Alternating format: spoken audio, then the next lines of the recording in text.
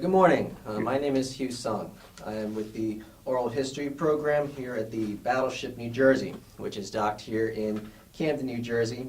And today is Saturday, May of 25th of 2019. We're on board the Battleship New Jersey, and we're honored to have Mr. Tavis Leake from Bel Air, Kansas, who served on the Battleship New Jersey during the final commissioning in the 1980s. So without further ado, I want to welcome you back to the ship, Mr. Leake. Thank you. I'm excited to be here. Okay. Is this your first time back, sir? This is the first time back. Yes, it is. So how's it feel to be back? It feels great. I got goosebumps coming aboard and just walking the hallways and going through the hatches again. Truly blessed and excited to be able to come back 30 years later. All right. Absolutely. Glad to have you on board.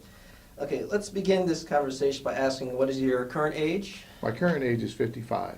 Okay. And so let's talk about your process of getting into the Navy.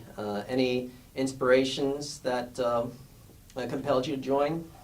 Well, I had some friends that had joined the Air Force and the Marines, and I was really driven toward the Navy. And so in 1988, I signed up and reported to Great Lakes, Illinois in the middle of the morning, and it was cold and rainy, and that's where it all began. Okay. How old were you when you joined? I was 25 years old. Oh, okay. All right. Were you like among the older ones? Yes, I was. Matter of fact, I was made the RPOC of my group, which is a recruit petty officer in charge. I did not volunteer for this position. The CCs called me in the lounge and said, well, you're going to be the RPOC. And I said, well, how about this other guy over here? And he goes, well, you got two choices. You can accept or you can get into push-up position. And I chose to take the position. Okay. For the historical record, CC means? Company commanders. Oh, okay. All right. Yeah, I was actually already 30 when I joined. Okay, So close. I was among the oldest myself. Okay, so anything you remember from Great Lakes? Oh, it was cold. Coming from Waco, Texas, and going to Great Lakes, Illinois in October. It was very cold. I remember that. At times I didn't think I was going to make it because I was just cold all the time. And my CCs had a good time with me, being that I did not adjust well to the cold. So, but loved it. We did swimming the first week. We had opportunities to be SEALs. Decided that wasn't for me. And just becoming the recruit petty officer in charge was a huge responsibility. I was in charge of taking them to class, to lunch, to dinner, all of the marching. So it was a big responsibility, and I was happy to do it. Okay, so due to your background or age, you were assigned that position? Well, absolutely. He never said. He just said that you're calm and you don't get excited, and so we want you to lead the company. And like I said, I did choose to, but it wound up being a good deal. Okay. Anything else you remember from Great Lakes? A lot of marching. And my ATD school, which was advanced training, we did some things wrong. We wasn't quiet in class, and the instructor said, okay, you guys are going to start marching. Well, we were the last house on the base anyway. We were Company 016, last house on the base. So we've been marching for 10 weeks from the last house. So when the instructor said he was going to punish us by marching, 016 was like, we've been doing this for the last 10 weeks. This is nothing. So that's a good story, I remember. Okay. All right, so where did you go to A school? It was right there in Great Lakes. Also so in Great Lakes? I got to stay right there. Okay. So your rate at this time was still seaman? Yes. Okay. All right. So anything else you remember from A school before you got onto the New Jersey? Well, I do remember getting the haircuts. I had a little bit longer hair, and we were laughing at one another as we came out of the barber, and we all looked the same. But that was fun. Getting the shots was very interesting because, you know, we took shots right away. But what our company commander did, which was really smart, he marched us after the shots. Well, there were companies that didn't do that, and you had a lot of people that were sick the next couple days and couldn't participate, where all of our members were pretty good. Okay. In very good shape. All right. Okay, so did you request to go on the New Jersey, or was that assigned to you? Well, you had an opportunity. You had a wish list. You could pick 3 places, and New Jersey was one of my picks, and I believe Florida was one of them, the naval stations. And Okay. so I was assigned to the New Jersey. All right, so you picked the naval station first? Right, you get to pick 3 choices, and I picked Long Beach was actually my second choice, and I wind up going to Long Beach, where the New Jersey was. Oh, okay. All right, so what was your reaction when you heard you were going to New Jersey? Well, not very excited. I mean, I had an aunt that lived in Long Beach, California at the time, so I was kind of like, okay, well, I have a relative there, and I didn't really know a lot about what was going on other than I got my assignment. It's the Battleship New Jersey, and I'm headed there, and I got to Long Beach late at night, reported on the ship. Late at night, hair had grown out a little bit. MP saw me and said, first thing you're going to do is get a haircut. And so, big ship, a lot of people, and was really unsure of what I was getting into at that time. Okay, so that was your initial reaction when you saw the ship, right? Absolutely. Very large, a lot of people, didn't really know what to expect. Oh, okay. All right, so when you got on, how was the orientation process? Very good. I was put in this one cubicle where the bosun's mate were, and met a lot of people that day. And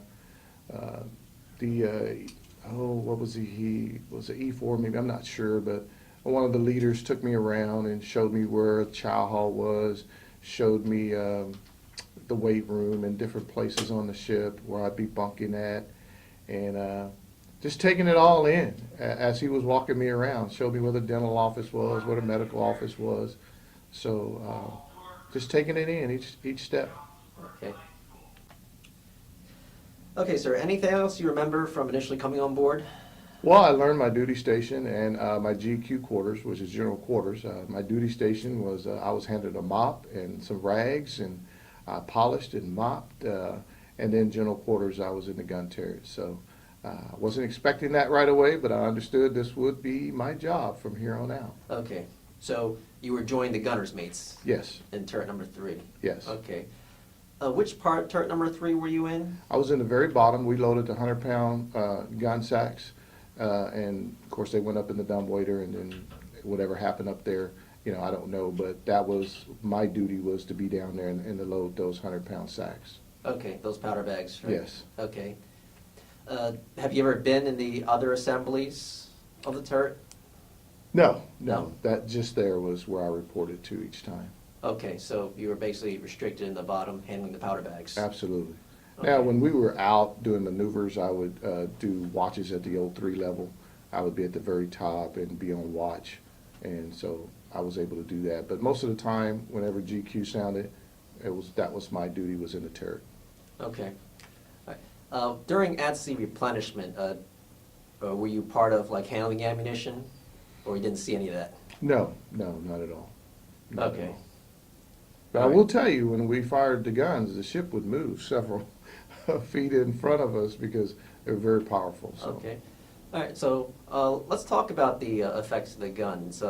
Whether you're inside or watching from outside, how did it feel? Very powerful. Back in those days, we didn't really have eye protection or ear protection, so you knew everything that was going on. You could feel the vibrations. It was exciting, because if you've never had that experience to be in those gun turrets and to feel the power of the ship move like that, very, very exciting. And there were times we didn't fire. There were times we were just there, and something was going on up above us where it would be called off and we would not fire the guns that day. Okay. Comparing the effects, whether you're inside or outside, any big difference? I don't know, because I wasn't really outside when it was happening. I can Okay. only tell you inside that it was vibrations, it was loud, it was movement of the ship, and you could feel it. Okay. Do you remember the salvo alarm? I think it was 3 rings before it fired. Were you able to hear it down below? Yes. Okay. Gosh, you bring some memories back. Yes, absolutely. Okay. Now, why don't you talk about the powder bags? So they came in the ship in those canisters, right? Right. They were I don't want to say round, but they were huge, and we would load them up, and then they would go up, and that's what we did, and so it Okay. was our job. All right. Passing the powder bags and into the scuttles? Absolutely, yes, in a Okay. line. Yes. Now, I was told that they were packed with a substance called ether. Is that true? I don't know. I can't confirm that or not. I just know what we were doing for our job was just passing them and loading them up. So. Okay. All right. Did you work in shifts? Or you just stayed? Just the GQ quarters was, we were there, and we could be there an hour, or we could be there 2 hours, Okay. or a few minutes. All right. Okay. Now, even though you weren't on the shell decks, did you get to see the shells? No, not. You mean after being fired, or? Whether in GQ or not, but did you have to get to see the shells, like, get onto the ship, like knowing what the powder bags propelled? No, no. Okay. So there are several different types. Yeah, and I couldn't recall if I did. I mean, it's been so long, so, but I don't remember. Okay. All right. No problem. All right. Anything else you remember with regards to like GQ or turret duties before we talk about like recreation or everyday activities? Well, I learned a valuable lesson one night. Actually, this was not a GQ. This was my watch at the 03 level. Okay. And I only knew one way to go because I'm very new to the ship. And so we were out doing maneuvers, and I went outside, and the door shut, pitch black dark, because we were lights out. And I didn't know where to go. I just stood there in fear because I could hear the waves hitting the ship. And so finally someone opened the door to smoke, and the light led me back in. And I found out when you're out at night, you always go through the skin of the ship to get to watch. You never go on the outside. So I learned a valuable lesson. Oh, indeed. Yeah. All right. So let's switch the conversation and talk about everyday life on the ship. Okay. Do you remember access to any periodicals or entertainment or news? Oh, I think we had a library that we could go and read. My life consisted of in the morning early was getting something to eat. If sometimes you may be a part of the working party that was loading supplies on the ship. If you were not a part of that, you'd go to your workstations. And mine was on the 01 level, polishing and cleaning. After that, you'd maybe go to watch later, but then you'd have some free time. I remember people getting in trouble, and the first offense was 45-45, 45 days restricted on the ship, 45 hours extra duty. I can say I never had to do that, and I'm happy about that. Oh, okay. Sorry about that. Okay, so this ship had a TV studio by then. Do you remember having access? No, not at Okay. all. All right. All A right. very large ship. I mean, we had approximately 1,200 people aboard that time, and I mean, I went to the weight room a lot because I like to work out. I did watch a few movies here and there, but mostly it was when we got a chance to get off base, we went off base. Okay. I interviewed a Marine who was on board, Mhm. and he said sailors and Marines would sometimes often push each other out of the weight room. You remember that encounter? Well, I can't say that I actually saw that, but I will tell you there was some tension between the Marines and the sailors because they were always doing alerts. And so they would do drills all the time, and they wanted us out of the way, and they wanted to respect that they were Marines on the ship and that we needed to adhere to their commands and what they told us to do. And it can happen at any moment that there's a suspect on the ship or something like that, and we have to get out of the way, and they're running full speed to try to get to their quarters. So, Okay. Were there master-at-arms on board, or were the Marines doing all that? no, there was some Navy guys, and there were actually Marines too. I think they were both, Okay. and they were there, and they were enforcing the rules. Okay, so they worked together. Right, and you'd see them like if you got paid out at sea. So then you'd see the MPs and you'd see the Marines there as you're going to pick up your check. Okay. All right. Almost like armed truck drivers. Basically, yes, Okay. absolutely. So these had sidearms. Yeah. Okay. All right, so do you remember like the food on board? Or I do. Okay. I thought the food was good. I thought the choices was great. You had a lot of choices there. We ate a lot of rice, but that was a part of boot camp as well. I thought it was great. Now, I did not like cleaning the pots and pans because when I went from the juice station after a failed mistake, I wound up in pots and pans.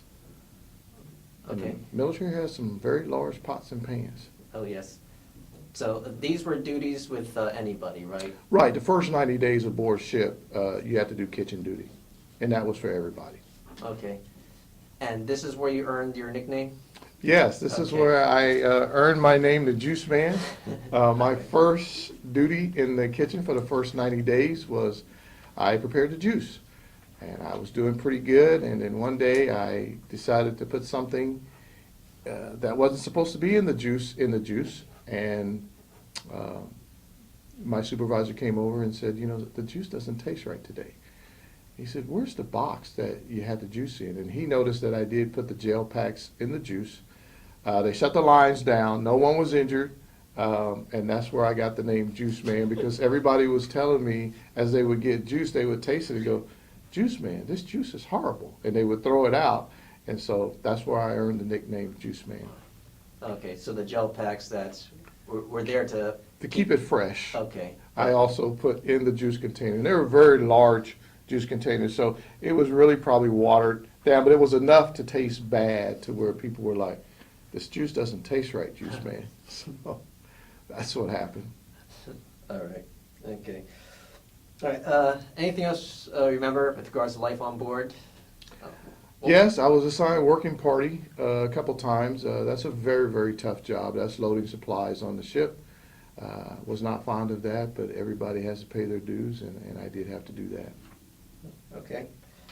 Do you remember your commanding officer on board? I don't know who the captain was. No, I really don't. You know, when you're that low at the bottom, you very rarely run into them or have contact with them. No. Okay. Would they make like addresses to the crew? If you remember hearing any of that? Occasionally, especially like if we were coming into port, you know, from being out, we may get addressed, and other than that, that was it. All right. You don't remember which captain, right? No. Okay. Because I'm thinking it was either Tucker or Milligan. Probably one of those two. Yeah, I don't remember. Okay. Ever meet the executive officer? Accidentally. Okay. I was on the 01 level, and I was coming around, and he was coming, and I went to salute and did it all wrong, and he showed me how to properly salute, and he was very kind to a sailor. So Okay, so he didn't chew you out for that. no, he did not. He laughed and said, okay, let's get this right. So the next time you see me, you have the proper salute. Okay. So he took his time with me. All right. Do you remember the XO's name? I don't. Okay. Because they can either be liked or feared. Absolutely. And he was feared. And I was very fearful, but he was very kind and took the time to show me the proper way to salute. Okay. Now, when he would come in, whether in the mess deck or anywhere, did somebody call an attention? Absolutely. And everybody stands in a position of attention Absolutely. until he says at ease or carry on? Right. Correct. Okay. And it can be like the whole mess deck doing that. Absolutely. Yes. Okay. Did you have to do that for like lieutenants or ensigns as well? I don't know. I don't recall doing that for them. No. Okay. So how was your interaction with the junior officers? Very well. I mean, you got to remember I was a little bit older, and so I was probably as old as some of them, or maybe older than some of them when I came aboard ship. And so I got a lot of respect from them for just being older, and I wasn't the person to try them. I just did my job in whatever they told me to do. Okay. All right. Yes, sir. All right. So, do you remember any exercises the ship participated in, like Pac X? No, I don't remember anything like that, no. Okay. You might have been inside the turrets. Yeah, Okay. well, there you go. We spent a lot of time because we didn't know what was going on above us or outside. So, like I said, our G could be 15 minutes or it could be 2 hours. Okay. Do you remember any time when you were loading powder bags, like a lot? Like almost for like extended period of time? Yes, All right. yes, Okay. I do remember that. All right.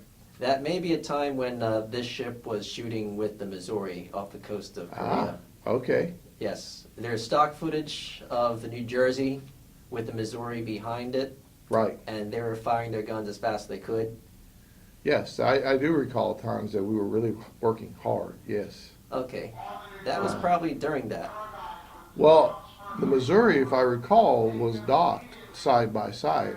And one of the stories is you don't want to get too wasted out there and walk up on the wrong ship because they were identical ships. Okay, sorry.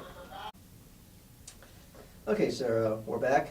So this ship was docked right next to Missouri, right? Absolutely, Okay. yes. How was it like these ships side by side, and any reaction with the crew of the Missouri? Yes, we did.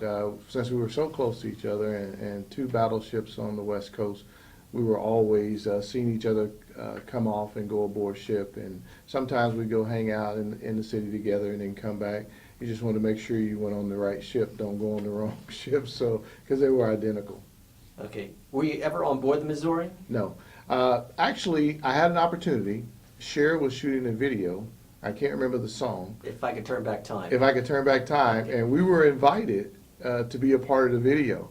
And I almost did, but it was really long because I had to rehearse, and you had to be in your dress whites. And it was like, I don't know if I want to be in my dress whites. Nobody's going to be able to tell which one I am anyway because there's so many sailors in this video. But that was the only opportunity I had, was to be a part of the Cher video. Okay, yeah, and Navy disliked that afterwards, from what I've read. I don't know. I just know we were offered an opportunity to go aboard the Missouri and be a part of it, and I turned it down. Most likely for me it was I didn't want to have to put my dress whites on. Well, yes, yeah, I actually don't like to put on my dress blues either. No. I said, that's okay. So Okay. I passed on that. All right, but do you remember interacting with the Missouri crew? Like, was it friendly, rivalry? Oh, very friendly. Okay. Very friendly. I think we knew we all had the same mission, and everybody was very friendly. I don't know of any type of tension between Missouri or New Jersey crew members. Okay, all right, but you never got to see the Missouri while out at sea, right? No. Okay, No. so still below decks? Still below decks in the gun turret, so. Okay. All right. Besides, like the Cher music video, do you remember any events on board, like USO shows? No, I don't recall any of those. Okay. Did you get to see any, like, on shore? Oh, I'm trying to think. I don't remember. I mean, it's possible. I played softball at times for the Navy team, and it was just guys getting together, but I don't recall. Okay. So softball teams, you were representing the ship or the Navy? Actually, just the ship, basically. Guys would pick up a team. We were called the Savos, and I played with them a little bit, and it was fun. Okay. All right. Did you compete with crew members from other ships? Yes. Okay. Yes. All right. I asked about interactions between officers and enlisted. What can you say about interactions between the NCOs and enlisted? You know, I didn't have a lot of action with them. I mean, I just didn't. You know, I was kind of a low-key person, and I did my job. I went back to where I slept. If I went on base, I was older, so I wasn't really like some of the younger guys that's just anxious to do stuff. So, no. Okay. Now, did you have to go in parade rest when they came in? Absolutely. Yes. Okay. Same thing with the Army. Yeah. You call at ease when they came in? Did I call it? Or anybody else call at ease? At times, yeah. Oh, okay. Yeah, because eventually they do get tired of it and start to not enforce it. Yeah. Like, We were there for a long time. I mean, it was amazing. And then I think there was a couple times we even had some choppers come aboard with some VIPs and things like that, and the Marines were poised and ready to go, and so. Okay, so some VIPs actually came on board? Yes. Okay. Do you remember any of them? I don't remember who they were, but we were just, and sometimes we didn't know. They'd just say, there's a VIP coming, you know, make sure you stay away from this area, this and that, so. Okay, all right. Okay, sir, so let's talk about your process of getting out of the Navy? Well, I was honorably discharged, service-connected disability. I was injured while I was aboard ship. In February 1990, I was released from the military, from the Navy, with a service-connected honorable discharge. Okay. Are you able to talk about your injury, or you can't? Sure, I can talk about it. Okay. You know, it was one of those deals where there were people taking trash out, and one of the bags was broken, and so there was grease on the steps. And I came along shortly after they had taken the trash out, and when I stepped, I actually fell down a flight of stairs, and I reached back with my left arm to grab the chain, and that's when I had the rotator cuff tear, which basically I was honorably discharged for that injury. Okay. And you left in 1990, correct? Correct. Okay. I actually left the ship earlier because I couldn't work on the ship anymore, so I was assigned to base duty. And then shortly after that, in 1990, I was released. Okay. Do you remember which base you were released in? I was at Naval Station in Long Beach, California. Oh, okay. All right. Right. And upon hearing about the ship getting decommissioned, It your reaction? was sad because that was my first Navy experience, and it had already been decommissioned in the past and then recommissioned, and I thought it was going to be there a lot longer, and then it was decommissioned again. So Okay. Do you ever keep in touch with any of your fellow crew members? I have one friend on Facebook, Donald Rice. He was also on the Battleship New Jersey. I told him that I was coming today, and he was very excited and says that he has to make a trip out here himself to come back on the ship. He was one of the first people I met when I arrived, and we've been friends ever since, 30 years later. Okay. Do you attend any reunions? I have not heard of any reunions. I'd love to know if there's some. I'd be glad to join. Okay. Now, did you keep track of this ship becoming a museum? Well, kind of, because I knew I'd looked for it. I searched for it and found that it was here. And I told my lovely wife, Lydia, that I would really like to go and visit the ship again. And she said, let's do it. And that's why I'm here today. Okay. Finally made the trip back, huh? Absolutely. Okay. Yes. Yeah, glad you did, sir. All right, so we're getting to the closing questions of this interview. So first thing that we usually like to ask is, how did the Navy impact your life in any way? Well, it helped me grow up. I mean, I was 25 years old. I was a little bit older anyway, but I think responsibility, doing the job every day, even though it's a repetitious job, the expectation was that you do it right. Okay. And that carried on into the rest of my life. Okay. Anything you want to talk about, like your post-Navy life? Just fire service, did a part of that and had a couple surgeries on my shoulder, and so I'm retired today, and thankful for all the experiences that I had, Navy and fire service. Okay, that's great, sir.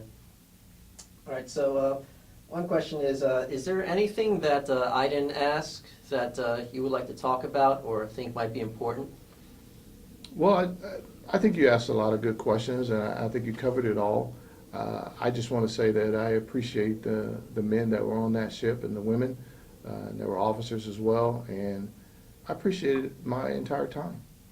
And I hope that everyone that served with me is doing well, and those that served after me. Okay, all right, absolutely, sir. Okay, and closing question is, so you're aware that this interview would be kept here, as well as submitted to two institutions, the State Library, the Library of Congress, and potentially down the road, another institution might pick up our records for safekeeping, as well as making them available for research. Is there anything you'd like to say as a way to leave a message to whoever might be watching and listening to this? I think the biggest comment I want to leave is just continue to support all branches of military, continue to support those that are willing to give the ultimate sacrifice. Yes, absolutely, sir.